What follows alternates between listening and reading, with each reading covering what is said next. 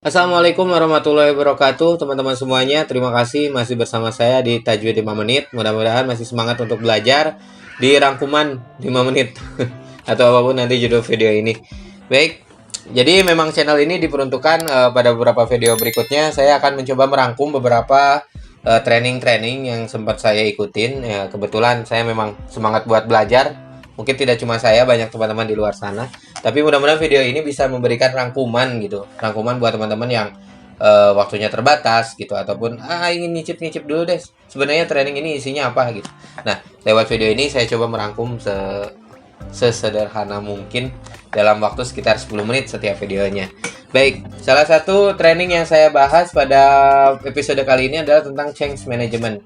Jadi ceritanya ya, kalau secara pribadi ya, karena saya kemarin ada beberapa challenge ya untuk change management, sehingga saya penasaran sebenarnya. Lalu ketika saya searching, ternyata memang ada posisi-posisi tentang change management ini ya.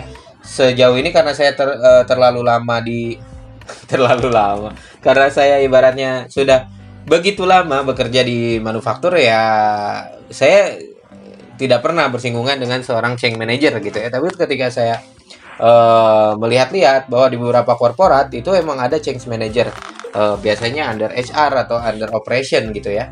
Dan untuk menebarkan ataupun juga untuk memastikan bahwa sebuah change yang dilakukan di dalam sebuah perusahaan itu berjalan dengan mulus.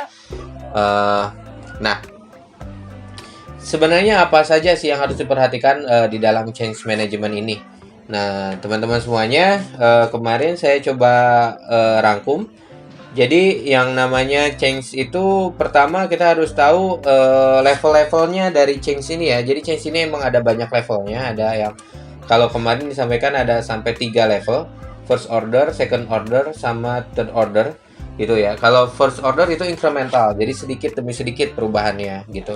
Sedangkan second order itu dampaknya pun nggak banyak ya. Tapi kalau second order itu perubahannya itu akan mempengaruhi sebuah KPI yang baru. Sedangkan kalau third order itu secara transformasi secara lebih besar. Itu yang harus digarisbawahi. Jadi setiap tahapan ataupun setiap jenis change ini akan sangat mempengaruhi, mohon maaf agak kurang nyaman nih, saya agak geser dikit kali ya. Nah ini akan mempengaruhi action yang tepat untuk dilakukan oleh seorang change manager. Nah, lalu seperti apakah ataupun juga fase-fase untuk sebuah perubahan itu? Nah, kemarin disampaikan ada 5 fase secara besar. Yang pertama adalah change formulation and refinement. Jadi memang sebelum dilakukan sebuah perubahan, sayangnya memang di dalam training ini tidak dibahas contoh perubahannya seperti apa gitu ya.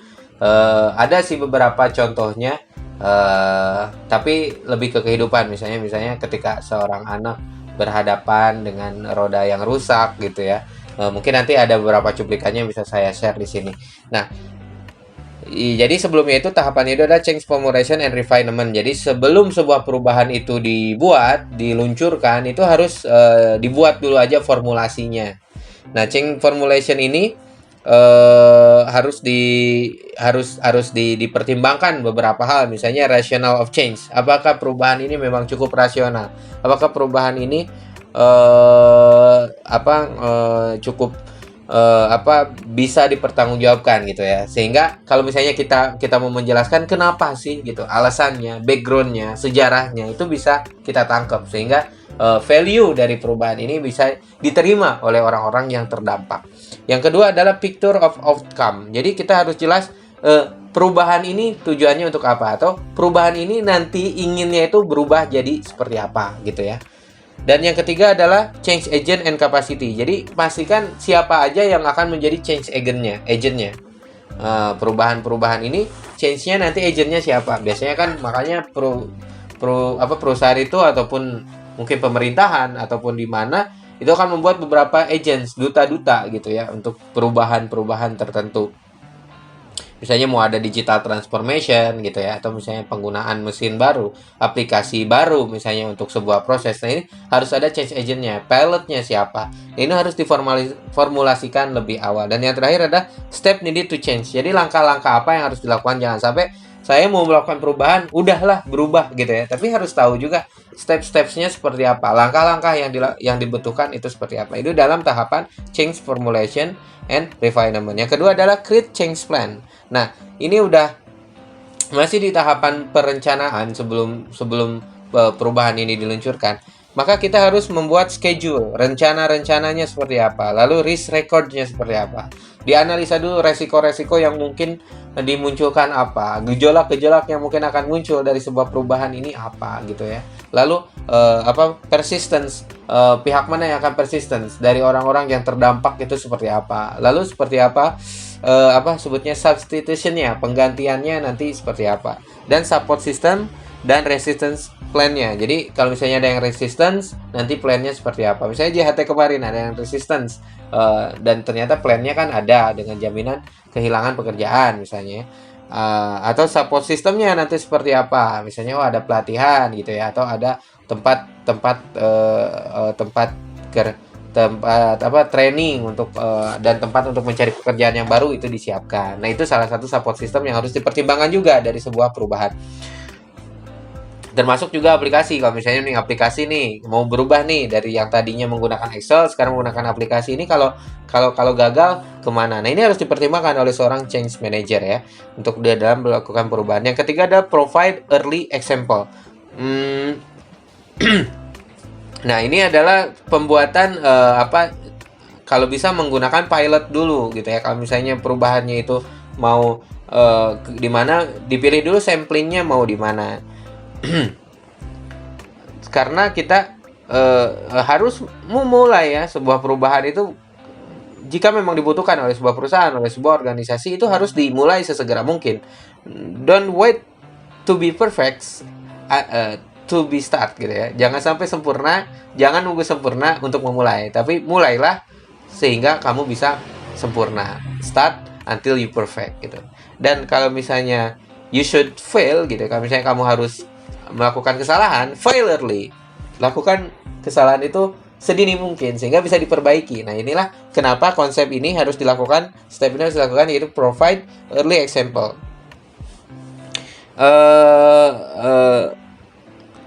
After more time to adjust ya. Jadi kita ketika kita melakukan perubahan dengan secara early ini ya, memberikan early example ini, sehingga kita bisa memberikan edukasi yang lebih baru gitu ya, mempersiapkan dengan lebih baik, dan kita memiliki waktu yang lebih banyak untuk mengejas kalau misalnya ada beberapa perubahan-perubahan yang harus dilakukan. Yang keempat ada implementation and support. Tahapan implementation dan support ini jangan lupa, ini adalah tahapan pelaksanaan perubahan itu sendiri. Jangan lupa melakukan measurement, pengukuran dan target. Misalnya ini dampaknya nanti akan ke KPI mana gitu ya. Kalau misalnya kesejahteraan, dampaknya ke KPI kesejahteraan seperti apa? Dampaknya ke kalau misalnya ke kecepatan waktu kerja, dampaknya seperti apa? Targetnya seperti apa? Lalu di measure setelah perubahan dan sebelum perubahan itu seperti apa? Kalau misalnya di dalam Six Sigma itu lebih kompleks ya, ada CP/CPK gitu ya, pengukuran R&R kalau misalnya untuk quality, dan beberapa KPI-nya apakah sesuai atau tidak, nah itu harus dipastikan. Dan yang terakhir misalnya salah satu cara metodenya yang lain adalah dengan melakukan survei dan sehingga kita bisa melakukan perubahannya itu lebih cepat gitu ya. Kalau misalnya perlu adjustment, itu bisa adjustment lebih cepat. Dan yang terakhir adalah reinforce and adjustment. Jadi kita mulai melakukan survei juga dan melakukan beberapa adjustment yang diperlukan. Itu salah satu tahapan pelajaran penting ya tentang perubahan. Jadi tahapannya seperti apa, lalu level-levelnya seperti apa. Ini pasti penting nih kalau misalnya teman-teman semuanya ada panggilan misalnya gitu untuk bagian change management ini. Selanjutnya masih di dalam change management ini ada beberapa pembahasan tentang validate organizational. Jadi kalau misalnya setelah dilakukan perubahan itu kita harus melakukan validasi. Apakah dampaknya itu cukup signifikan gitu ya. Lalu kita harus melakukan bisnis proses analisa proses bisnis.